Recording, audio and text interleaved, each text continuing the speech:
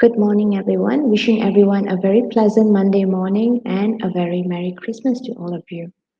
I would like to thank everyone for sparing the time to be with us at this live session from Maasai University, Sarjanaputra campus.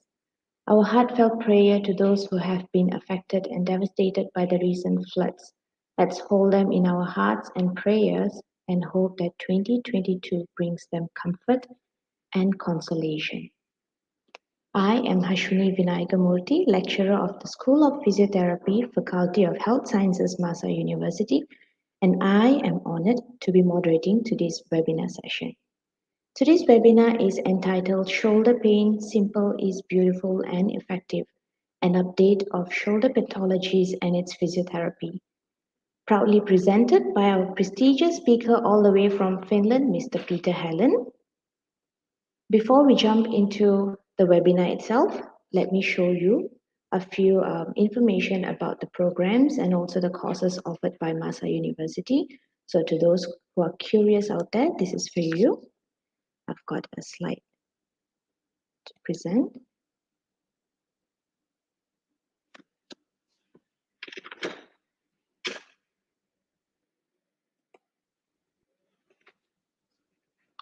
I hope you can see this. So as you can see, the Faculty of Health Sciences houses physiotherapy course, medical imaging, environmental health, and occupational safety and health. We have three different departments: the School of Physiotherapy, Department of Environmental Health, and the Department of Medical Imaging. All three departments offers a diploma course and bachelor's of all different courses. And we have two different modes. One is conventional mode and the other would be the ODL, Open and Distant Learning. We also have the Diploma in Occupational Safety and Health, which is a very promising course. And we have Master of Physiotherapy under the School of Physiotherapy.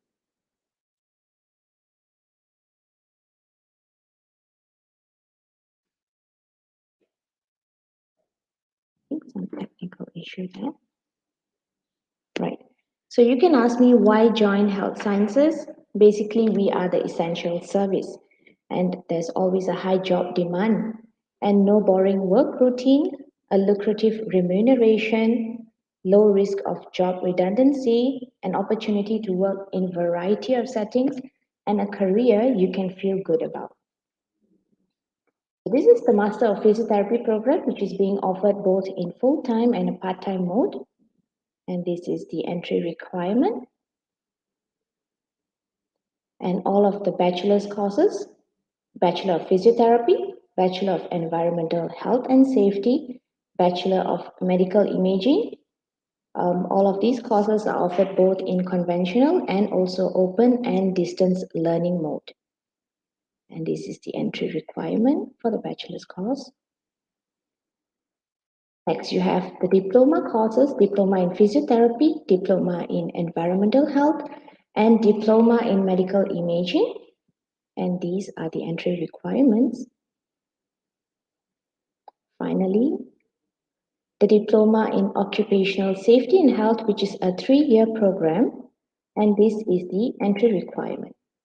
For complete details, you can always visit us at www.mahsa.edu.my for further details. So why choose FOHS at Maasai University? We cater an experienced and dedicated international pool of academic staff, and we have various study modes which goes from conventional to open and distance learning. And we have cross-teaching by experts. Did you know that MAHSA has the most number of health disciplines in a single institution among private institutions? We also have interactive teaching and emphasis on hands-on clinical skills, which goes from face-to-face onto online platform.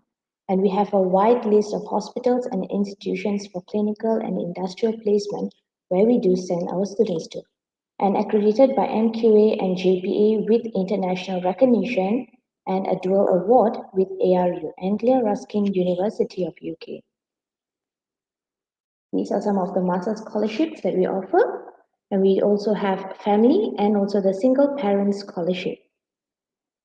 And these are some of the internationally recognized universities that we collaborate with. And what makes us so special? We have a student mobility program that we have catered for our students.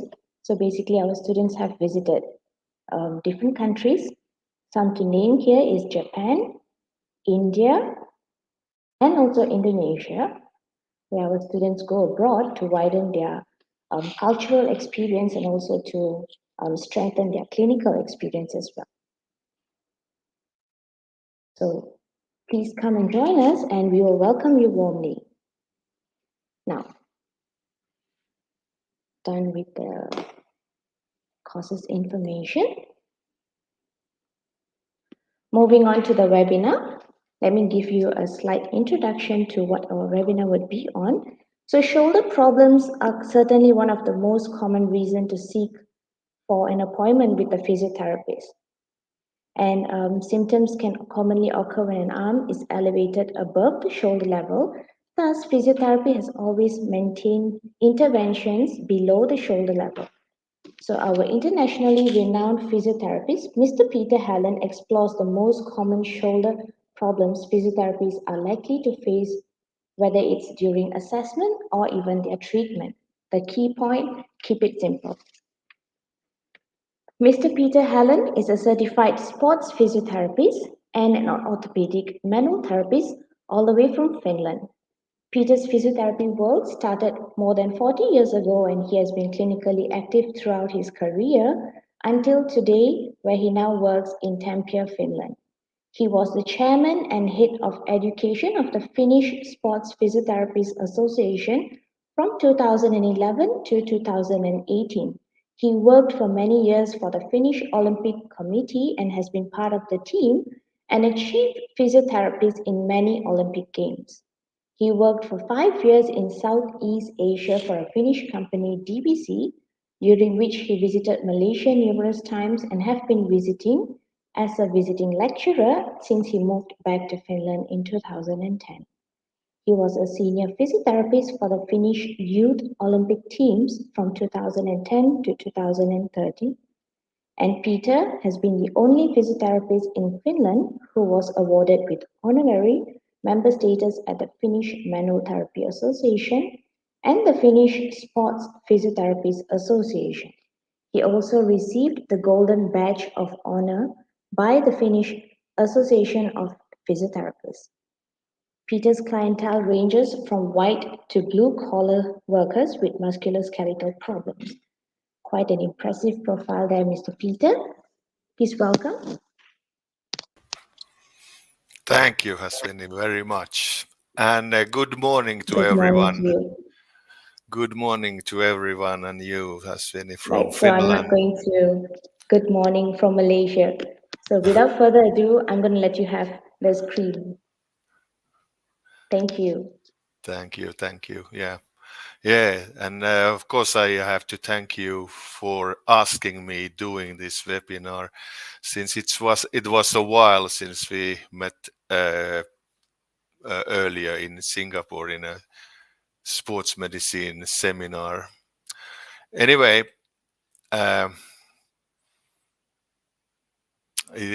because of the festive season, of course, I have to also wish everyone nice festive season and a good, nice coming new year 2022. And hopefully this year will be the year when we get at least so much rid of the COVID-19 so we can more easily travel around the world than we can do at the moment. The COVID is just increasing in our country here, but and as it is today, they start the new restrictions in entire country.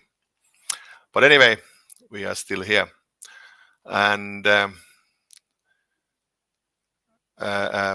about the topic, I choose the shoulder because it's one we very often see as a physiotherapist in our clinics, and I've been along many years in this profession already, so I've seen a huge change in the physiotherapist education. Before, when I was a younger physiotherapist, I got very tired after my working days because I did so much physically with my patients. Today, I get tired because I speak so much with my patients. I need not to do that much anymore. I'm more like a coach to my customers, to my patients. So I guess I start sharing my presentation now before it gets old. So I hope it can be seen by you now. So my title is The Shoulder. Simple is beautiful, but it's also effective. And when we keep it simple, we get more results as well, and better results as today as compared to previous times. But before we dive into the topic more deeply, I just show where I am at the moment. This picture here is from my hometown few days back when it was the winter solstice, meaning that the day is the shortest here. And during this time, we don't see any sunlight here because of the clouds. The sun go up and it go down. But anyway, very seldom we see sunshine. But this year we did see. This is my hometown Vaasa, where I was born a long time ago. On a Christmas Eve, all of a sudden they got a lot of snow. It was more than a half a meter in a few hours, so they were drowned in snow. And this is me on a Christmas day when I left for a bicycle ride.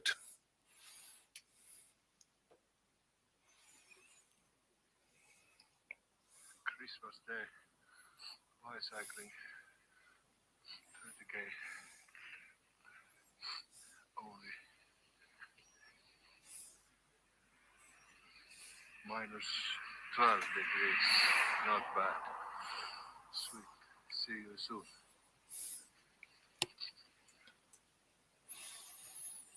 So that's where I am at the moment. Here we have a video of sports where the shoulder is put in a lot of stress, and it for most all of you, I guess, you know this guy Lee Chong Wei, one of the best players in the world in badminton. And then another sport where the shoulder is put in a lot of stress is swimming, which in every part of the world people are doing recreationally or as professional swimmers.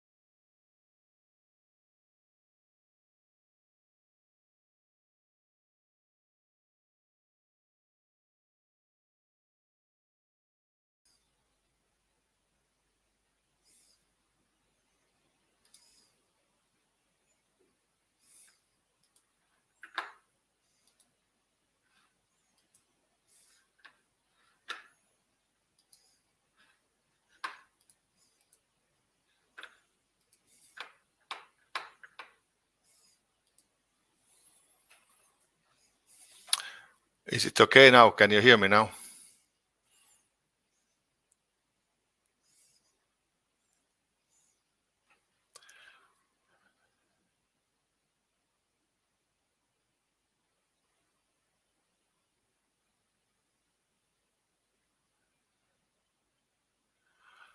Am I online now?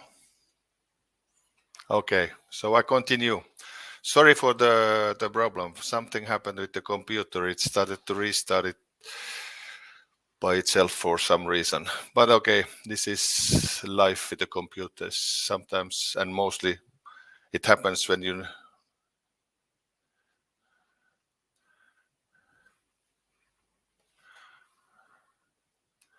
I thought I was sharing already, but I didn't. Yeah. Now I share.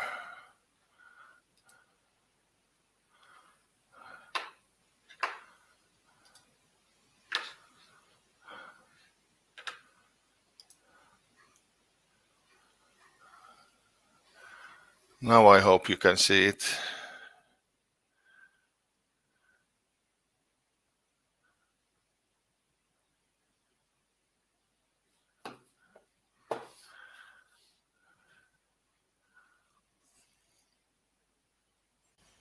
Can you? Mr. Peter, can you hear me? Yes, I can. Yeah, so Can you see the slides now? Not yet. Okay, then something's wrong. I need to try to share. Did I share? And then Yes, I think now we're able to. coming now. We'll Yeah. put it on screen. Is it okay now? We're all good. It's okay now. Yes. Okay, then I continue. Yeah, and everybody can hear me, I hope. So sorry for the inconvenience and for the problem, but computers sometimes do this. Anyway, so back to our topic, which is shoulder. So I show this slide since important thing is to have a strong performance shown for our customer, even though they are just an ordinary people or if they are athletes. As Asveni told you in the introduction, I am working with the just ordinary white and blue collar people, workers, but I also work with a lot of athletes from Olympic level, world champion level to just a athletes who just do it for the fun. And for the shoulder especially, and it is important to have a wide performance shoulder to avoid injury and underperformance. If you're just good in few things or you only have few skills which are good in you, then the zone is not so wide and it's easy when something happens to get injured. So that means that when you're in your physiotherapy, rehabilitation and programs, it has to be quite wide and you have to do a lot of different things, and the athletes and the people, they need to have a lot of different skills, even though it's not so tightly related to their work or to their sports. And it's the same with the normal human, not only the athletes. Also, when we have a injury, or either it's a acute injury or it's a overuse injury, which doesn't happen as fast. It's kind of a built up in a longer period. But anyway, when there's an injury, then the performance of the athlete or the human who's involved, it goes down, not always to zero level, but somewhere here much lower than what is their performance level normally. Yeah. So the physiotherapy should start immediately, and the physiotherapy should be so effective so that we can get to their normal level of performance as soon as possible, and it should be included with different type of other rehabilitation programs, not only physiotherapy.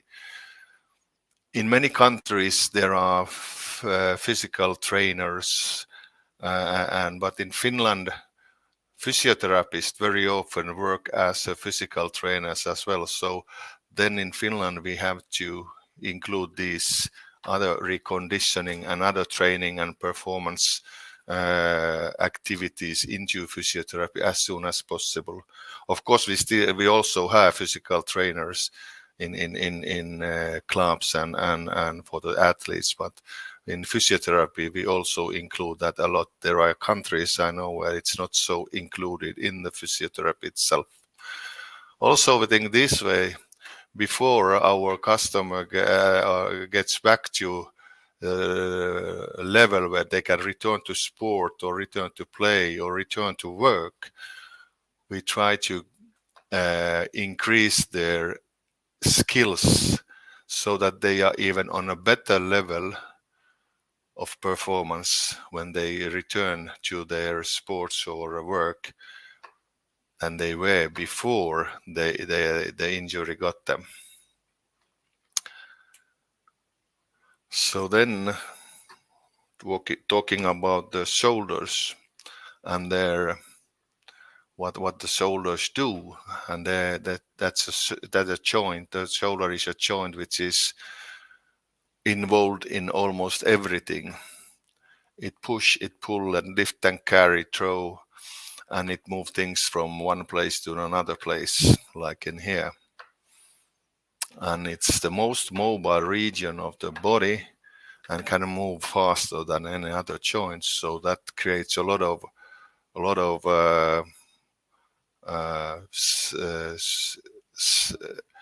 possibilities to get injured in just a very common, normal working life, not only the sport. This picture here is, by the way, the Finnish baseball, which is a little bit different than the baseball they are playing in, for instance, US.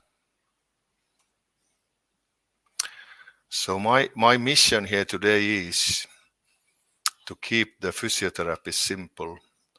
As I told you, I've been in a physiotherapy profession more than 40 years now, and there has been a change.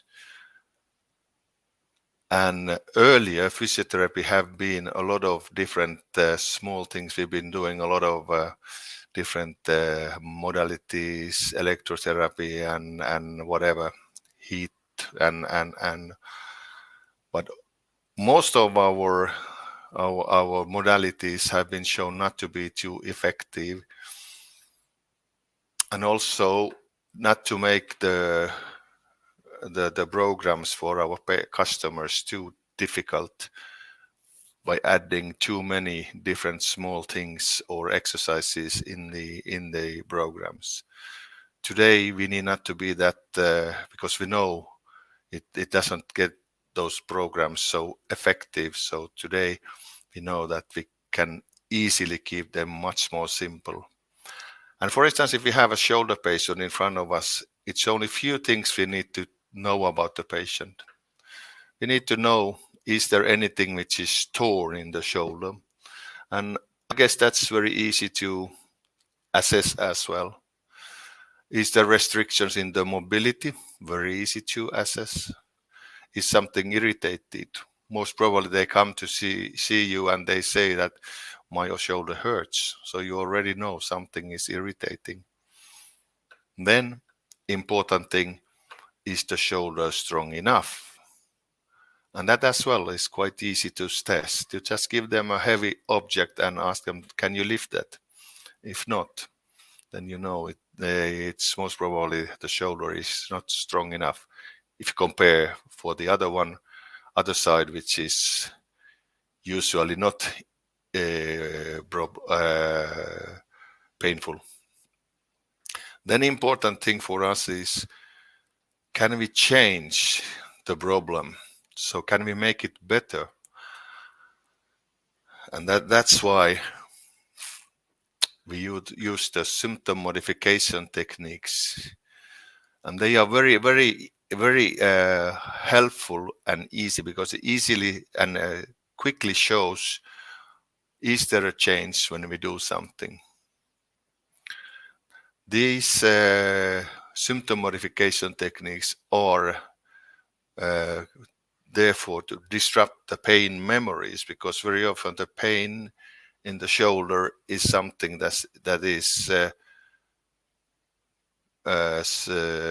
making the patient not to use the shoulder, because they are afraid of using it because of the pain.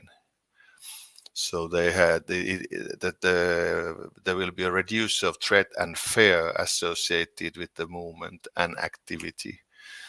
And that leads to a reduction in movement avoidance behaviors and improved self-efficacy.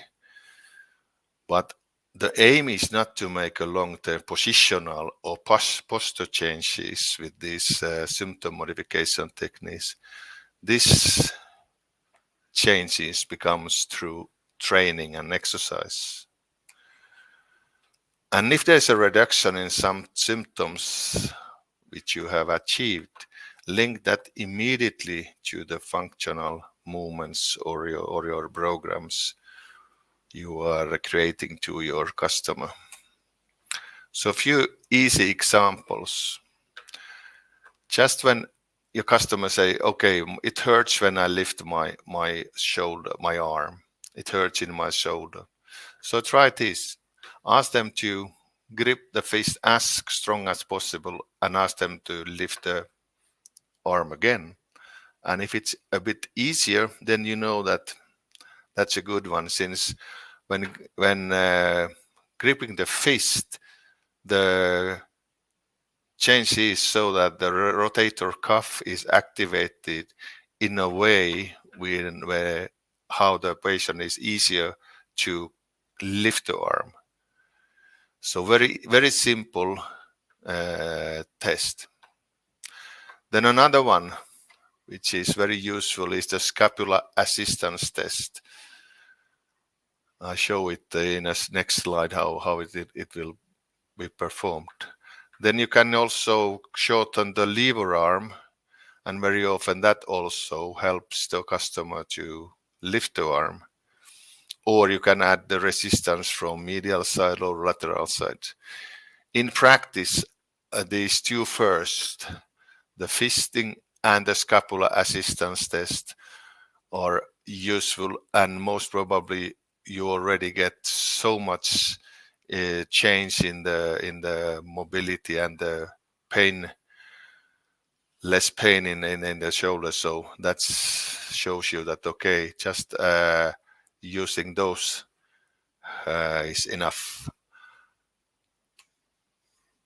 So this is the scapula assistance test,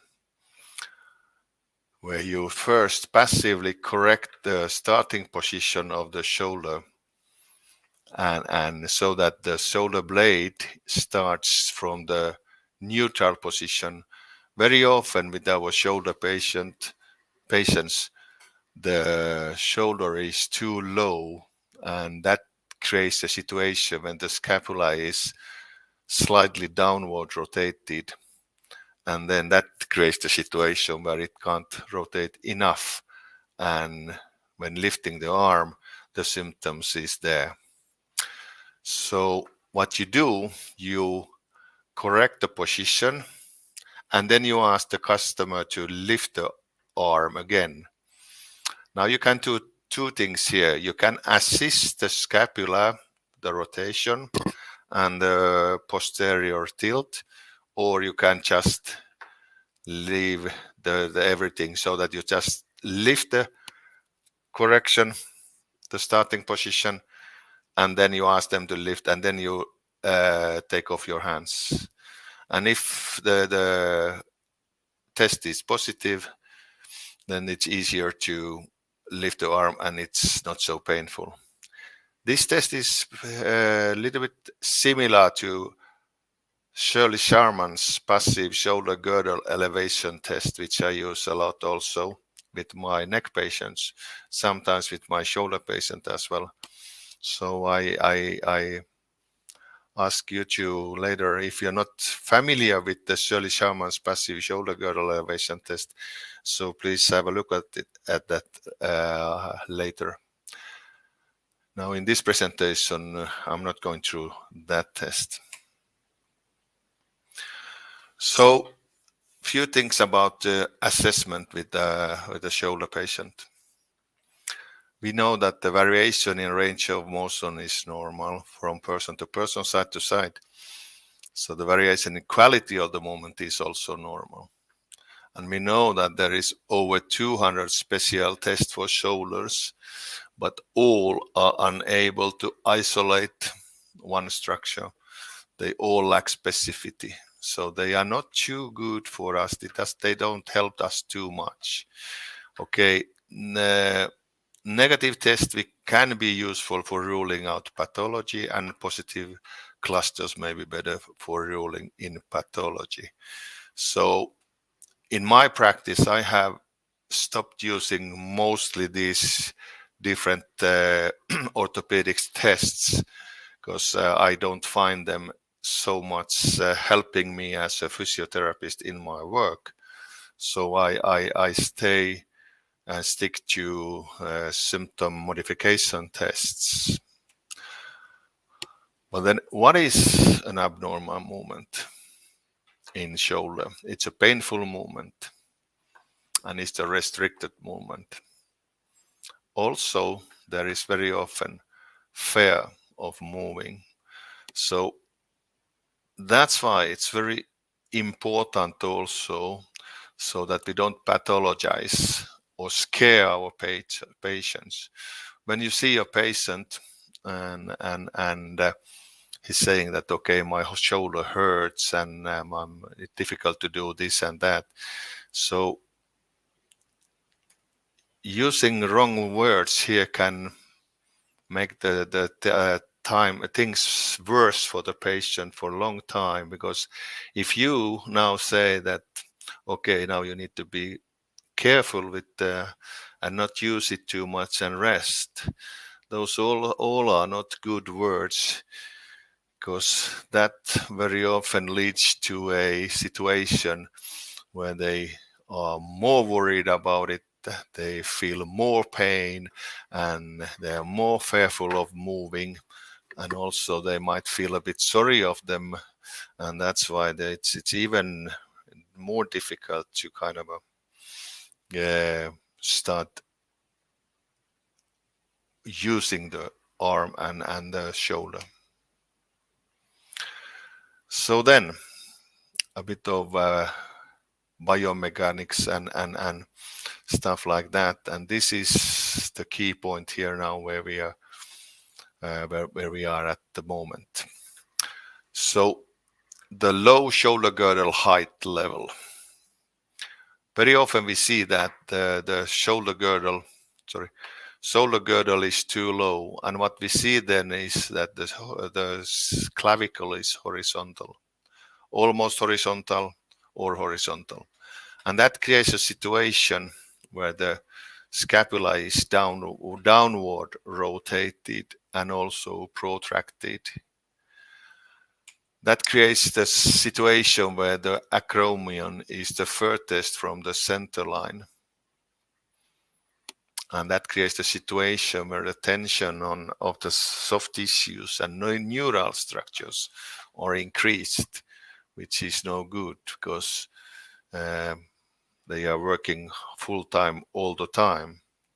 That creates a situation where we have pull on the structures in the neck, upper thoracic spine, and that is then equal with the compression of these areas, meaning hypomobility of the spinal structures. And this all creates lack of shoulder girdle elasticity, give and resilience. Now we have to remember that the shoulder blade can rotate upwards approximately 60 degrees plus minus something. And if we have a downward rotated shoulder blade in the starting position, and the lower the shoulder, the more downward rotated. So there can be even downward rotation in 15-20 degrees. So that is away from this. So it means that the shoulder blade upward rotation from the neutral position, which is higher than this, where the clavicle is horizontal, then it doesn't rotate enough to support the shoulder. And also there is a lot of tension and extra work on the soft tissues and neural structures all the time. So in this kind of situation, if you have a neck problem or shoulder problem, what is the first advice you give your patient? Stop stretching. Because the muscles here, they are already elongated because the shoulder is so low. And why the shoulder is low? Most probably because there is lack of strength of supporting the shoulder girdle. So the first advice is don't stretch. We need to see the clavicle pointing laterally upwards, so that it's kind of a smiling on both sides. So we have a smiling clavicles. That is how we want to see our customers. Hopefully this video works. It has been a little bit problems. This is Denis Abliasim, a Russian gymnast, 2014 in Nanning, China, in the World Championships. I was there with our team as a physiotherapist. And as you can see now here, he hits the pommel and the arm is straight all the time. And now he takes off and still it's straight the arm. And then he takes off and I lose him almost. And he makes 2.5 somersaults backwards. And all the time his arm was straight. So it means that his shoulder and the clavicle is pointing upwards, as you can see here. And the arm was all the time straight. So it means that the shoulder girdle was absorbing the energy and quickly, because that what you see in the video was slow motion, but it happens much quickly. So the shoulder girdle is quickly changing the impact of the impact forces into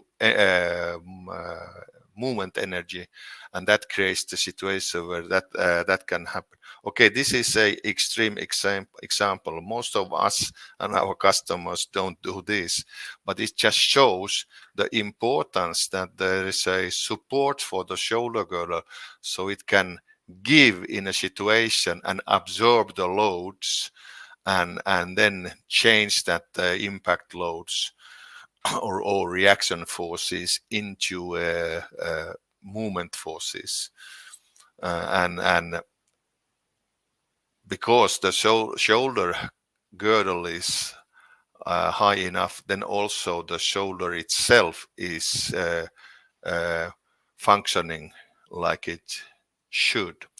And let's have a this is just a slide where we have these numbers, which you are very familiar with already, I guess, so that the shoulder blade is high enough at certain points, and there is a certain distance from the spine. This is everything is approximate, and there are differences from individual to another. So, but this gives you a little bit idea where we hope the shoulder girdle and so shoulder blade should be when the arm is on the side in the neutral position. So the Holy Trinity, I call this, is the movement of the elevation of the arm. And the Holy Trinity is humerus, scapula, and clavicle, and they form a functional unit, and that is interdependent relationship. If you have a problem in one of these, it affects all of these: humerus, clavicle, and scapula and clavicle. So let's have a look at the movement here. So if you want to elevate your arm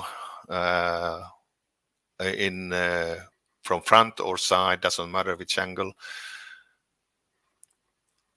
you need to start the scapula to rotate.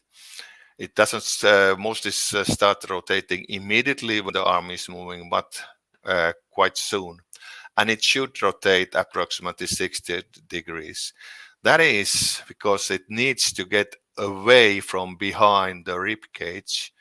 If it doesn't rotate enough, it doesn't get away from the rib cage, from behind the rib cage. And that creates a situation then where it cannot tilt posteriorly. And the scapula should tilt posteriorly when the arm is elevated. Because when the scapula is tilting posteriorly, then also the clavicle can posteriorly rotate. And then we have a good and optimal movement of the glenohumeral joint itself. The scapula is supporting from down under the humeral head during the movements. And if I now ask you to sitting or standing there, wherever you are, if you try to just tilt your scapula posteriorly, I bet it's a bit of difficult, and most probably nobody can do it by only by tilting the scapula. Or if I ask you to posteriorly rotate the clavicle, it doesn't happen. It's related to this elevation. So all this have to happen together. And now if we take this in almost every shoulder patient, we see this, that the shoulder blade is not rotating enough. And the most common reason why it's not rotating enough, it's because it's not rotating high enough, and because it starts behind the neutral level. So that creates then the situation where the AC joint is not moving like it should. So can this be the reason for all the non-traumatic AC problems? Sometimes you see a customer who has an X-ray or MRI on AC joint, and they say there's a degeneration on this joint. Why is that? If that patient is not a gymnast and not standing on his or her hands all the time, it's not a joint which is bearing weight. So why is there a degeneration? My opinion is because it's not moving, it's not rotating, and it's stuck, and that creates the problems. And then, of course, when you get enough of problem there and degeneration, for sure you get pain and problem as well.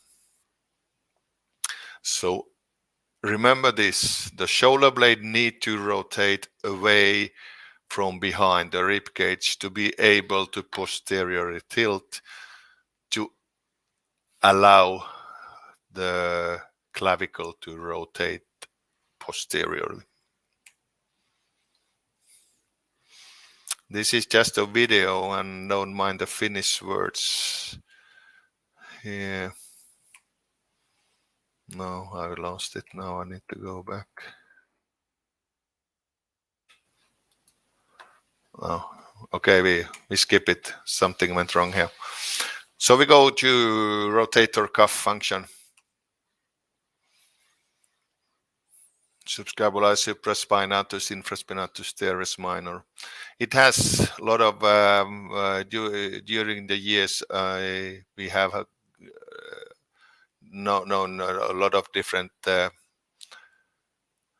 task for the rotator cuff, but the primary job for the rotator cuff is to centralize the humeral head in the glenoid, in the socket, and that is its most important work.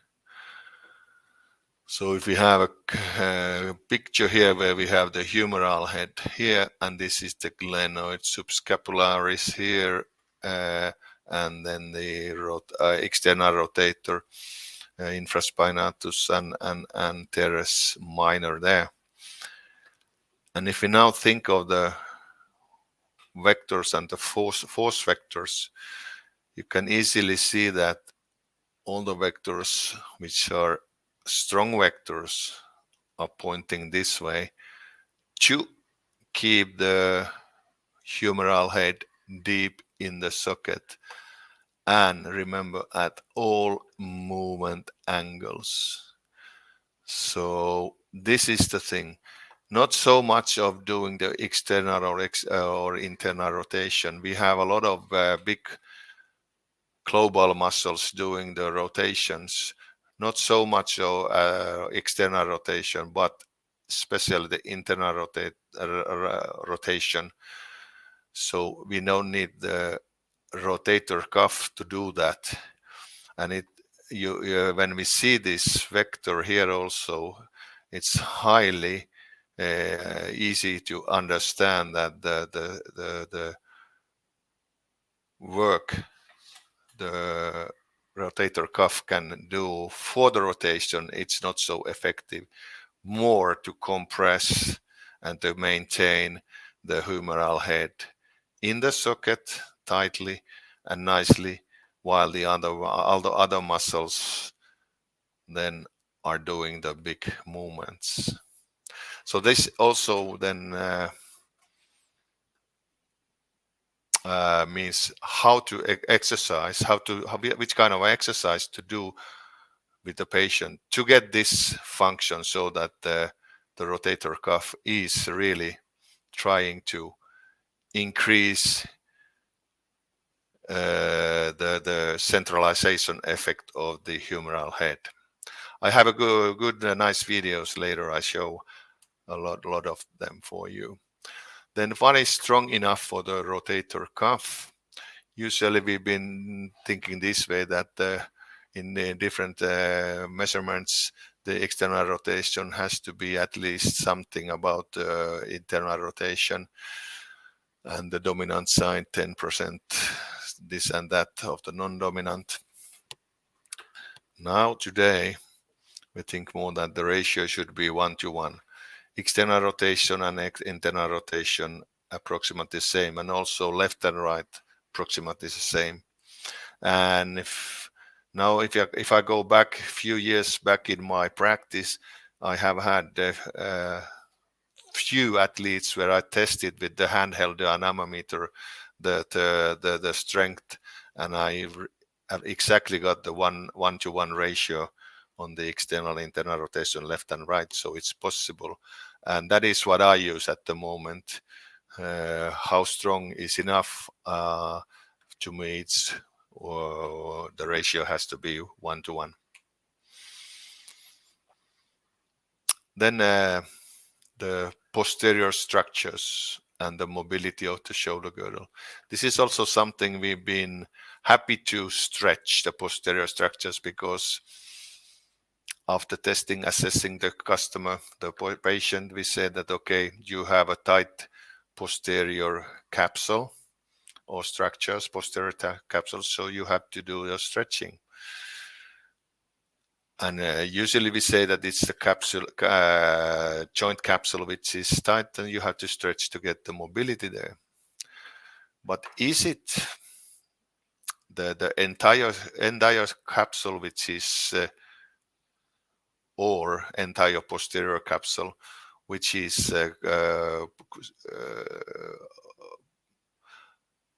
making the problem? Mostly if you have a frozen shoulder, it's easy to understand the entire capsule is involved. But if you only have external rotation, then it cannot be. And the majority of the pathology on a traumatic, it involves the superior part of the capsule, either anterior superior or posterior superior. If it's an internal rotation deficit, then it's more the posterior superior part. And if it's anterior superior, then it's the anterior superior part, if the external rotation is the deficit. So then when we apply the treatment here, because of most of them are 75% of the customer, they are mostly myofascial and don't need too much of stretching of the shoulder joint or the capsule. But if there is a deficit and it's a bit of external rotation, then the good technique for the customer is lie down on the back with a little bit of support under the elbow, 30 degrees angle, and a small weight. This is 1 kilo weight, and he's doing a stretching in this position. Internal rotation, you lean against the wall and you fix the scapula, and then you pull from the humerus is internal rotation in the position where the restriction is, and they just pull the humeral head slightly out of the wall. So in my opinion, this sleeper stretch is very seldom we need to give to our customer, and instead they start doing this if needed. And I give them this kind of a program. They do 3 times 30 reps and 3 times 30 seconds static stretching, meaning they start with a 30 repetitions, for instance here, then they keep it after a short while 30 seconds in the end range, and continue again with the repetition, 30 seconds static, 30 seconds 30 repetitions and 30 seconds 3 times. And then they do that 3 times, and also they do that several times a day, and then they get a good and solid treatment, and continue. They're also effective because they're doing that so often, not coming to you to see you at the clinic 1 or 2 times a week, and then you stretch that. It's not enough for these kind of problems. But mostly when it's a myofascial with no capsular involvement, these are not needed, because the problem is mostly the control of the motor control and the weakness of the shoulder muscles. So that's then more of strengthening. And if you have an athlete who's throwing, then the global mobility is needed. And for a throwing motion, you need also a good movement and of the rib cage and the trunks. There has to be a side bending rotation. And you can also test if you have a lack of mobility below here. Does it affect the shoulder rotation?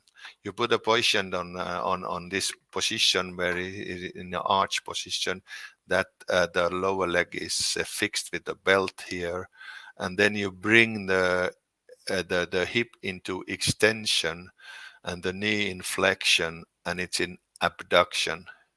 And then in that position, the customer is doing active external and internal rotation. And then you bring the hip in that position to adduction and test again. And if the mobility is less, then the problem is not the shoulder, but the entire chain. And then you have to, of course, do something for the chain to be more flexible, to allow the shoulder to move. And in many throwing sports, you need a good 180 degrees internal external rotation. So if the restriction comes from the trunk, you don't then focus so much on the shoulder itself. Few words about the AC joint. Mostly they are affected by direct trauma or indirect trauma, and low grade are the most. 90% of the traumas is low grade. Mostly men, not so often women, and certain sports you can easily get an AC injury. But how about those non-traumatic and overuse injuries? As I explained just earlier about the biomechanics, my opinion is that these are these degenerative AC problems happens because of the shoulder girdle and the shoulder biomechanic is not optimal, and that creates the situation where there's a possibility for the AC joints to start get affected. So then, of course, the treatment is to focus on the better biomechanics of the entire shoulder girdle. Then one thing also at the AC, every now and then you see a dislocation of the AC joints. Here it is, a good dislocation. And always when you see the X-ray or MRI, what happens with the clavicle when it dislocates? It moves cranial. And now if you think about this position here, now it's laterally pointing upwards, so it goes where it should be. And we have a subclavius, which is a muscle which is depressing the clavicle down. So if we have a situation where your clavicle is all the time horizontal, it means that the clavicle is working like crazy all the time. So I mean, subclavius is working like crazy all the time. In this situation, when there is a dislocation, the clavicle is breathing easily and it's smiling. At least it got away from that constant work it's been doing for years. So then we have very often taping techniques. We try to stabilize the system, and mostly we try to press the clavicle down against the clavicle. There's a spelling error. Press the clavicle down against the scapula, and with the taping. But should we instead elevate the scapula to meet the clavicle here instead of doing the same again and put the subclavius also back to work? My opinion is use the last part, elevate the scapula to meet the clavicle instead. And then a few words of tendinopathy, because in shoulder today we think that almost all the problems are tendinopathies, and that we see in almost all our shoulder patients, excluded of course the traumas and the frozen shoulder.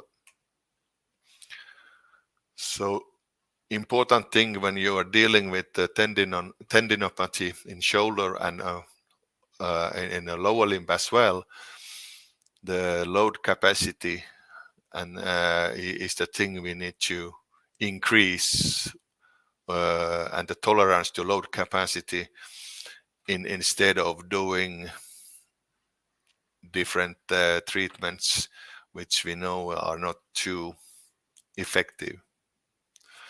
So this is how it very often seems to be. This is the most we're doing, and I put the rest here as well, because very often when you have a tendinopathy, the customer, the patient is given an advice to rest, and then we use different types of treatments, modalities, and the training and that stuff, and active training is less. So this is how it should be. The rest goes away, and we need to advise the customer to use the tendon and to load the tendon and correctly, and so that the tendon can tolerate the load. That is our work, to program the patient so that the tendons are tolerating the load. For instance, the biceps, Oh, one thing, what is missing here? That tattoo, so I put a tattoo there, so now it's okay. And mostly when you go to gym, you see these guys with the muscles, they have a lot of tattoos. So a biceps tendon is very common. Proximal biceps tendon is very common tendinopathy, and also it can be the distal. But other rotator cuff tendons as well can be affected with, and they are like tendinopathic tendons. So what is the good treatment for them is activating. And a good starting point is a static, where you, for instance, you give them 5 sets, 4 reps, 3 seconds, and 3 seconds rest between, and 2 minutes rest between the series, 3 times a week for at least 12 weeks. Okay, symptom modification for this, because very soon they can do the longer time and with a heavier weight. So immediately you advise them, when they can do the heavier weight, they take the heavier weight and they just keep the position so that there's not movement, but there is a stretch on the tendon which is created by the muscle itself, not by external stretch, which is like stretching your muscles, but the tendon is happy to have that the stretch, and it's when it's not too fast, and it's not a stress which is compressing the tendon against the bone. So load them immediately.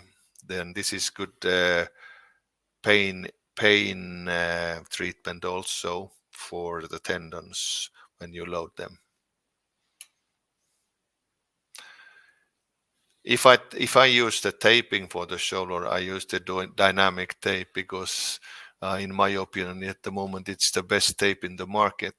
I can easily offload the tendon, for instance, with the tape, and it's very good pain release when I can offload the tendon so that it can tolerate the load it need. But then I'm a little bit hurrying here. I see I'm over my time already. I have the videos now for the exercise, because this is the main part in my protocol and my program and my clinic at the moment. When I get the shoulder patient, I need to get them exercising, and the objective for the patient is, of course, to get the shoulder pain free, mobile, and strong enough to meet the demands of that individual person. So even though now in the videos I show there's an athlete in the videos, but same exercise I give to my customers. Okay, I just give them a less weight or less repetition, or shorter range of movement, or somehow I modify it so that it meets the demands of my customer. Okay, and also the tools what we use, mostly what we need is the heavy object and the handheld dynamometer, not so much the electrotherapy and that kind of a modalities. Yeah, the extracorporeal shock wave I do use every now and then for the tendons that I find useful, but that's the only adjunct I use from the physiotherapy and the physical therapy. How much pain is okay when you exercise? Because today we know that mostly the pain is not dangerous, it's harmful. So some pain is acceptable, and when it starts during the exercise, it comes to 5 or 6, then you need to be a bit careful. But don't let it go too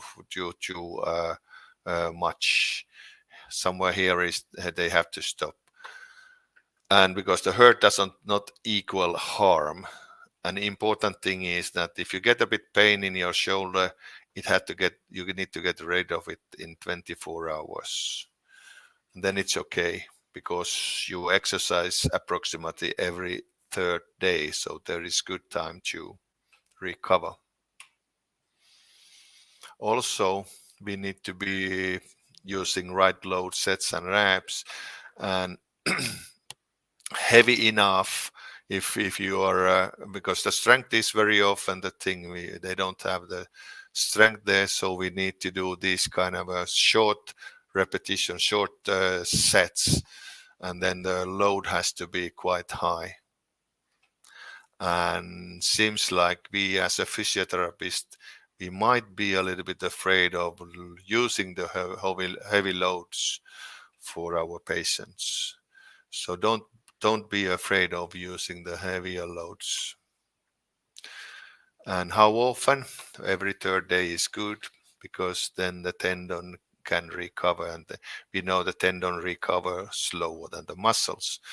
And when you start a broken, it has to be at least 12 weeks. And mostly when the patient, when they work, do their exercise for 3 months, they get used to it and they continue, which is okay. And the training has to be, if your level of strength and performance is here, after the training you need to get under, so you start recovering. If it doesn't, then you need not to recover, and it doesn't build up the skills and the strength.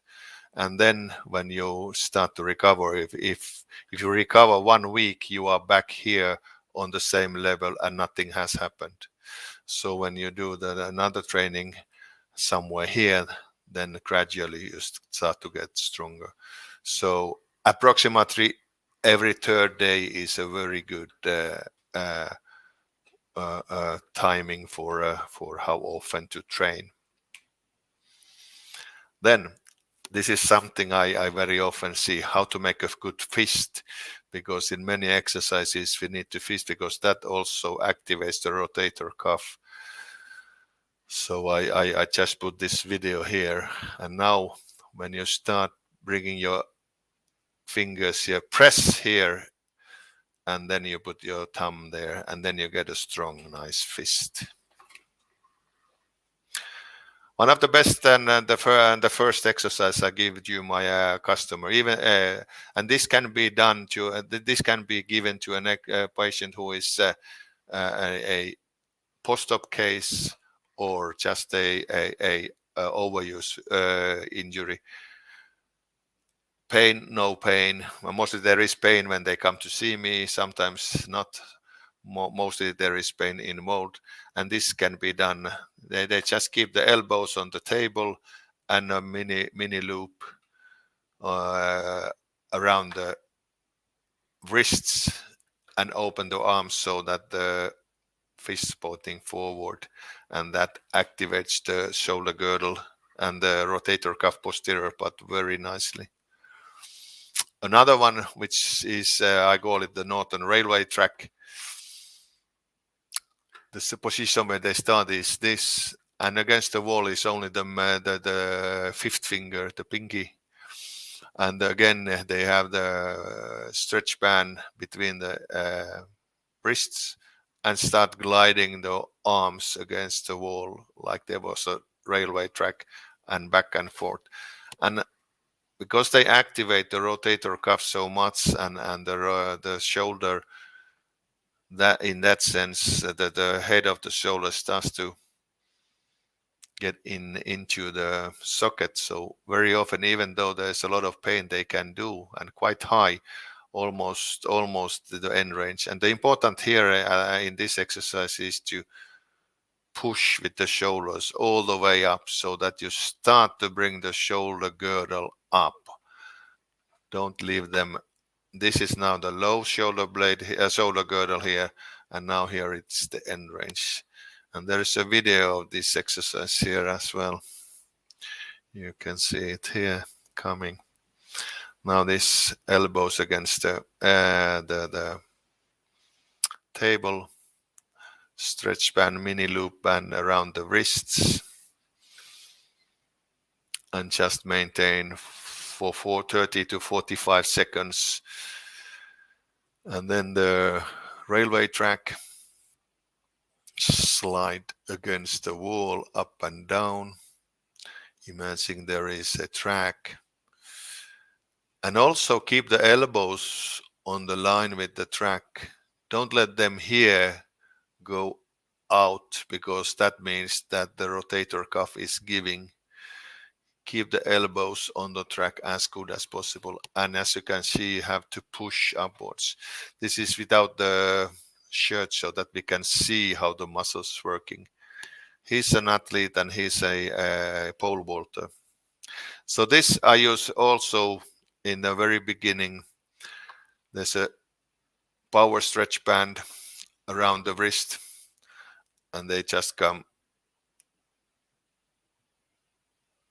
and go up, and at the same time push the shoulder, lift the shoulder girdle, not only elevate the arm.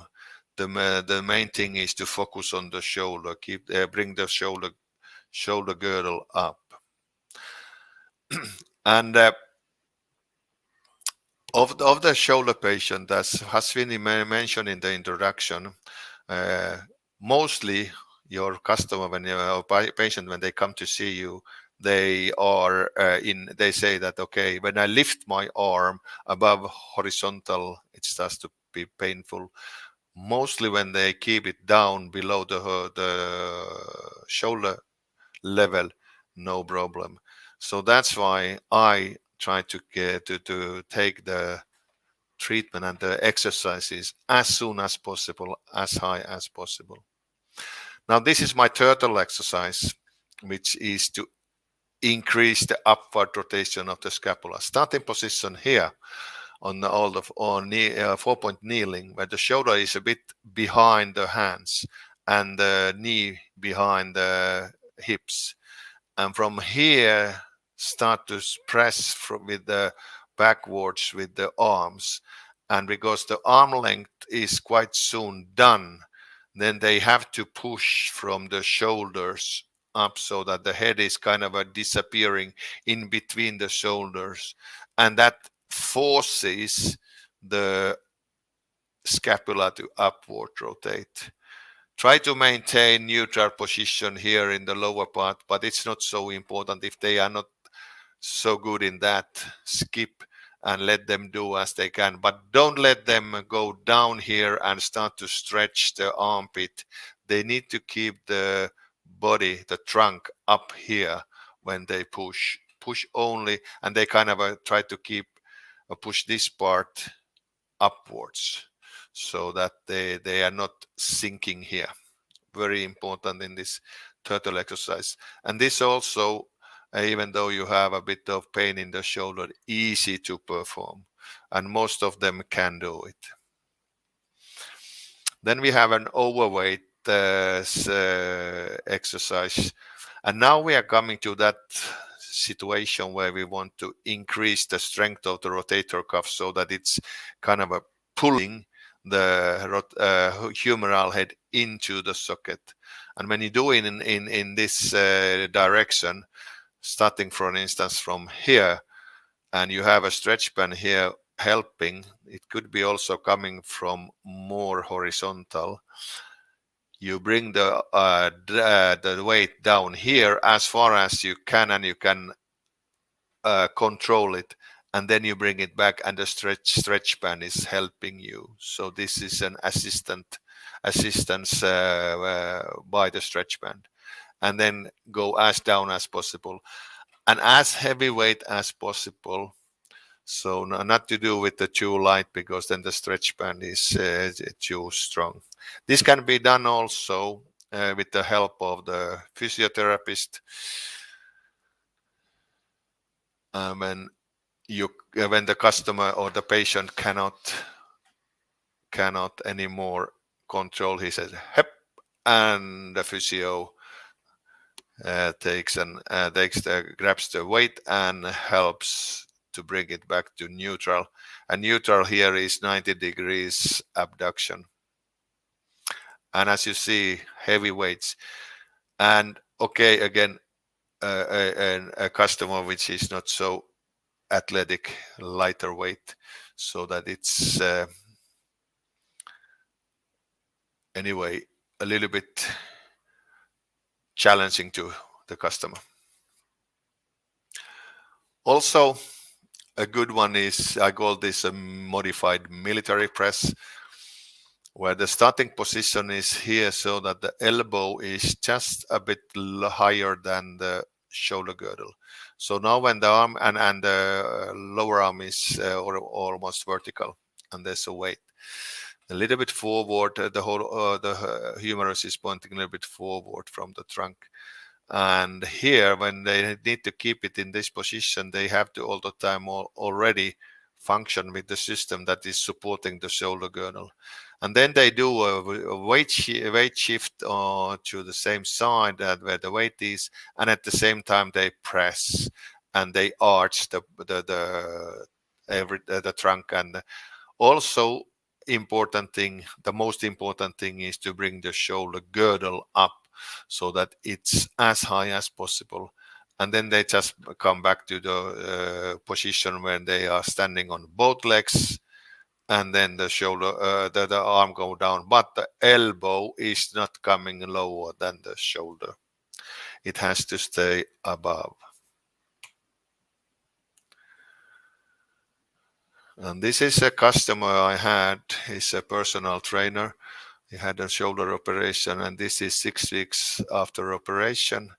And this is a very nice exercise where he has to bring the shoulder girdle up and incorporate the trunk activities to the shoulder girdle. And this is very important because we know when we do incorporate the trunk activity to shoulder movements, then we get the shoulder immediately stronger, at least from 30 to even 80%, depends on the study. And that means don't only exercise the shoulder joint itself, let it be part of the entire system as soon as possible. This is just to give you some ideas of different exercises. The world is full of exercises, so this, what I present here, is not all for sure, but at least few ideas for yourself. This is to stabilize the scapula, and he's a little bit pressing the shoulder down. I advise them to even lift the shoulder here higher up. So that was not the optimal. And also add a little bit speed as soon as possible to the exercises, because that is the first you lose. When you have an injury, you lose the speed. A good way to strengthen the rotator cuff is keeping the elbow in external rotation. And now the thing is, he's not pulling the elbow backwards, but he's bringing the fist backwards here, and try to at the same time press the shoulder girdle up. Or you can also make them do some other stuff, and here is a good gluteus medius, gluteus minimus exercise at the same time, but a good stability strength exercise for the shoulder. That is 8 kilo medicine ball, so that's quite difficult then, because the medicine ball, it's much more difficult to keep there than the kettlebell. So there's always you can change the resistance. Then to plyometric exercises, because that is what we are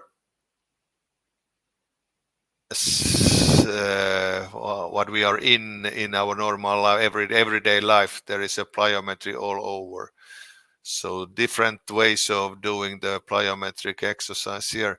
He has a 1 kilo ball in the weight ball in the hand, and this is what he did there.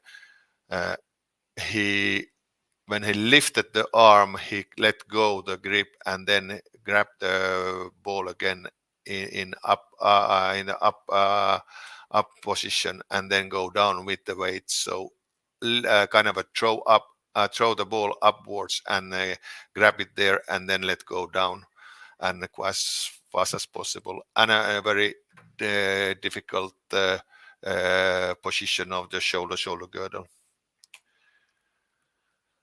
And the landmine exercises, very useful. Here's a video, hopefully it function. Yeah, coming. Just to show, starting from above, coming down and quickly back. And a modification. And this is also exercises I give to my normal patient, meaning not an athletes. They just use a little bit lighter weight, maybe just the barbell itself. Overuse exercise for the external rotation. They bring the elbow into 90 degrees angle, help with the other arm and lift. So they do the eccentric phase, concentric phase is help with the other hand. And the weight has to be so that almost cannot lift without the help. So then the weight is enough for the shoulder.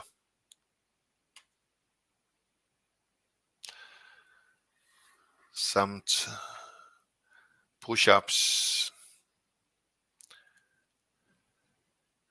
and a modification.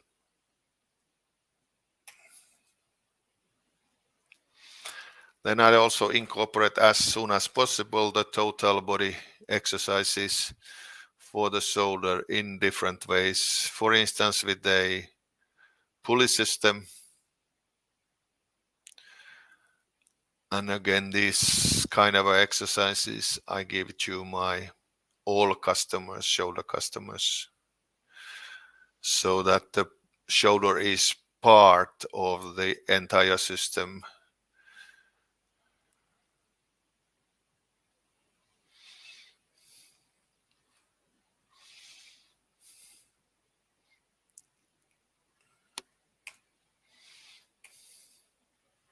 So if you now think about the exercises, you might think that they are a bit heavy, but the thing is that when we load our customers, our patients enough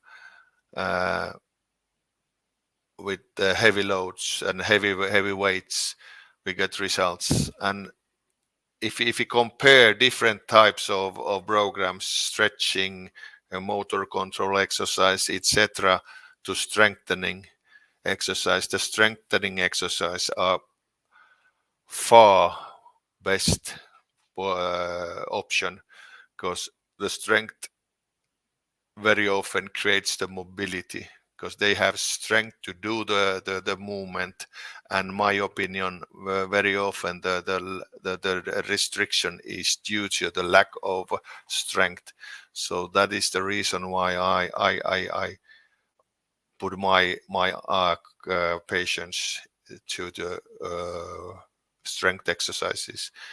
And also I question these exercises we do and been doing a long time below the shoulder.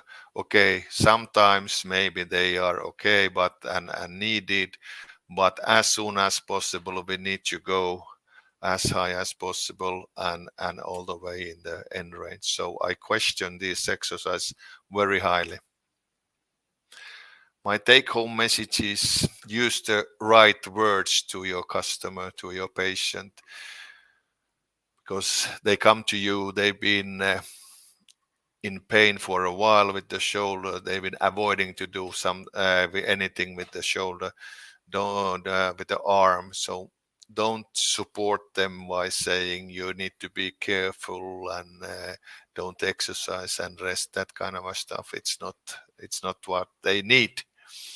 Remember, the humerus, scapula, clavicle is a one functional unit, and the up rotation is the key, because that creates the posterior tilt of the clavicle and posterior rotation of the posterior tilt of the scapula and posterior tilt of rotation of the clavicle. Rotator cuff has to be strong, and its main job is to centralize the humeral head. And don't be afraid to load glenohumeral joint and at the higher range, not only below the shoulder girdle. And keep it simple.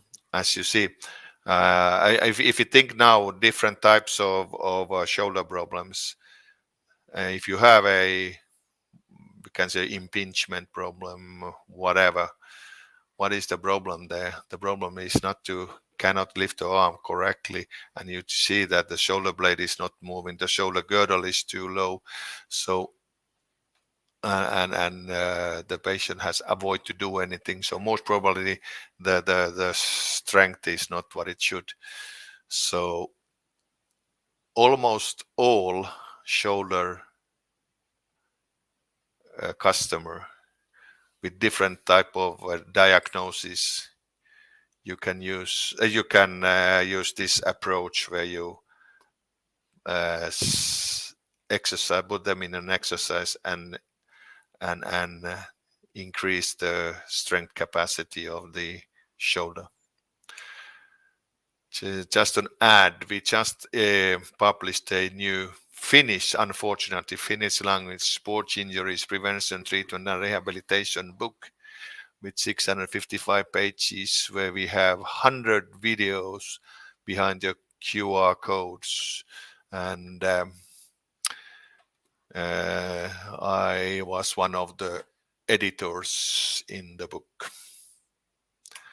So here, this is Finnish, and it means terimakasi.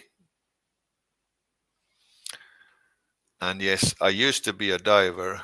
The video which was stopped in the beginning, and there was also a few Malaysian divers who was in that video, but unfortunately that video went somewhere else. So I thank you for your interest, and I'm sorry I kept you longer than I was supposed to, but technical problems also.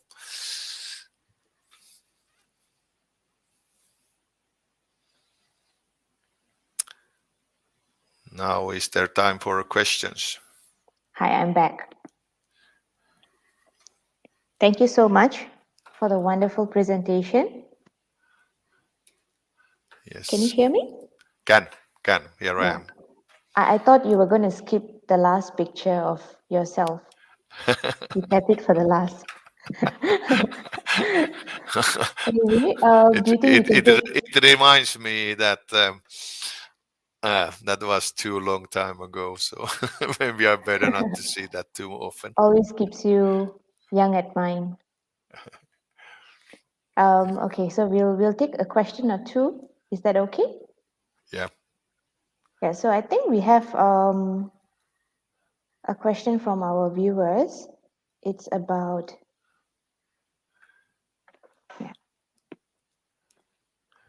it's a post-subacromial decompression. So it says that the patient has been having post-subacromial decompression for the past 3 months, and our patient is still having end range pain. For now, his flexion through elevation is still 0 to 155 degrees, and he just wants to know which he needs to prioritize. Is it the mechanical part of it or the structural problem of it? Okay, good question. As a physiotherapist, can we affect the structural problems too much? No, we can't. Can we affect the mechanical problems? Yes, we can. Yeah.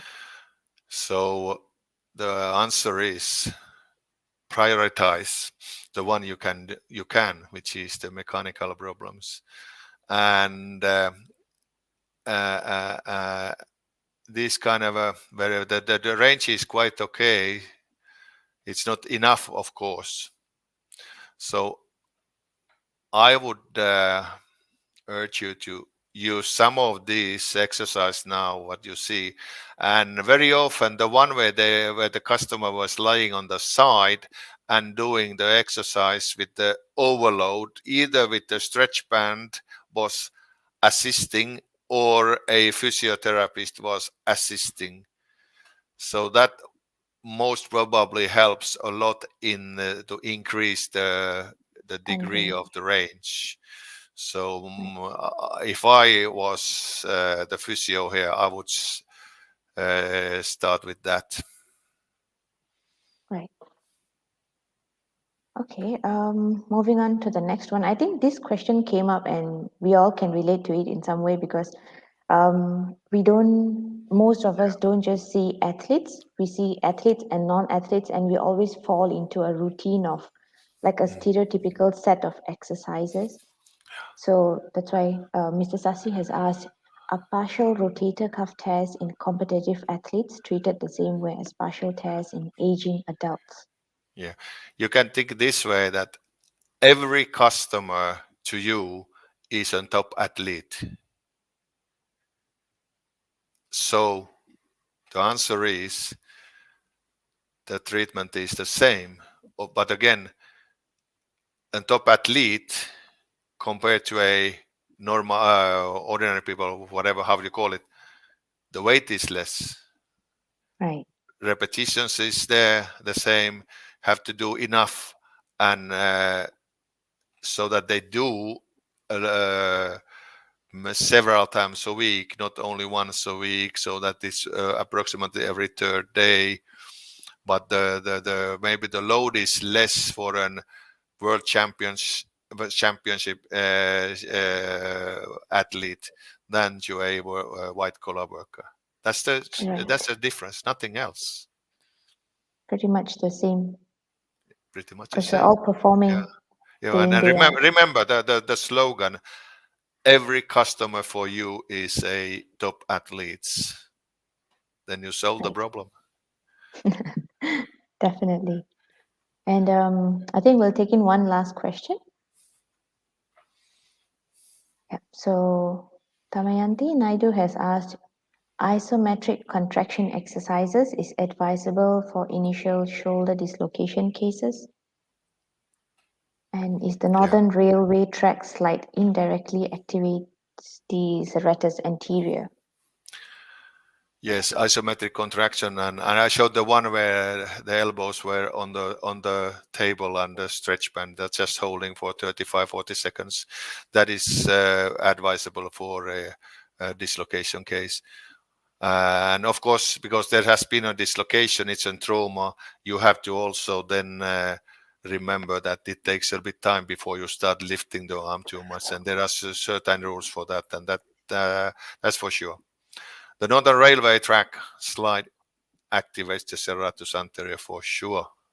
And that is the key. I didn't mention Serratus Anterior, but it's one of the key muscles to be strong to maintain the level of the shoulder girdle so that they are not too low. So there has to be strength so that the shoulder girdle, the clavicles is upward pointing laterally. So we have a kind of a smiling clavicle instead of not smiling. Happy, happy clavicles. Happy clavicles. Yeah.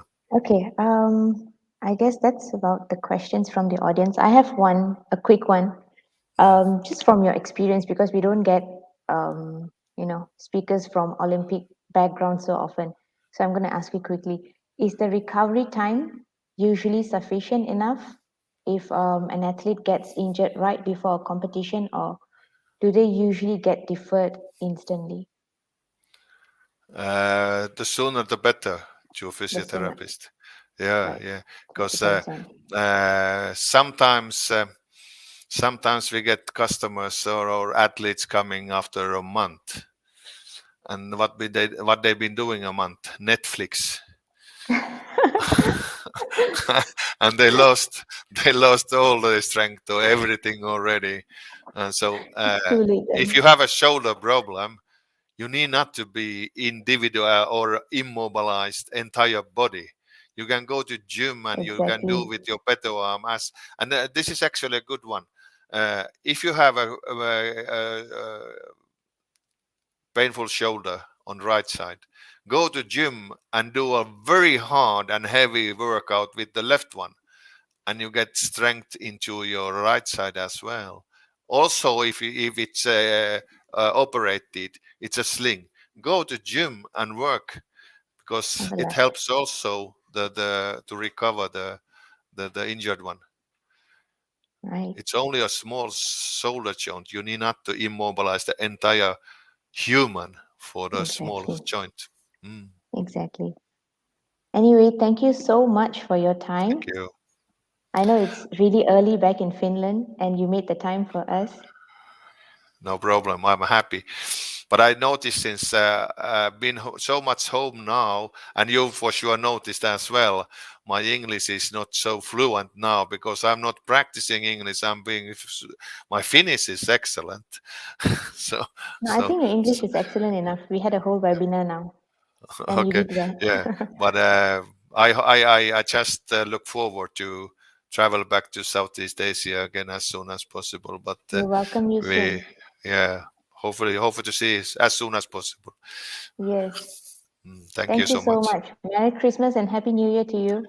You too, and everyone there out there. Thank you. Bye bye. Thank you. Bye. Thank you so much, Mr. Peter Helen, for the insightful presentation. And to all our viewers today who has been with us throughout the whole session, thank you for your time. And if you have any further queries, you can always contact us through our MAHSA website and also visit our social media on Facebook and also YouTube. You can always log on to our website at www.mahsa.edu.my for further inquiries. Hope to see you soon in the next event or the next webinar. Take care and have a blessed weekend. Happy New Year!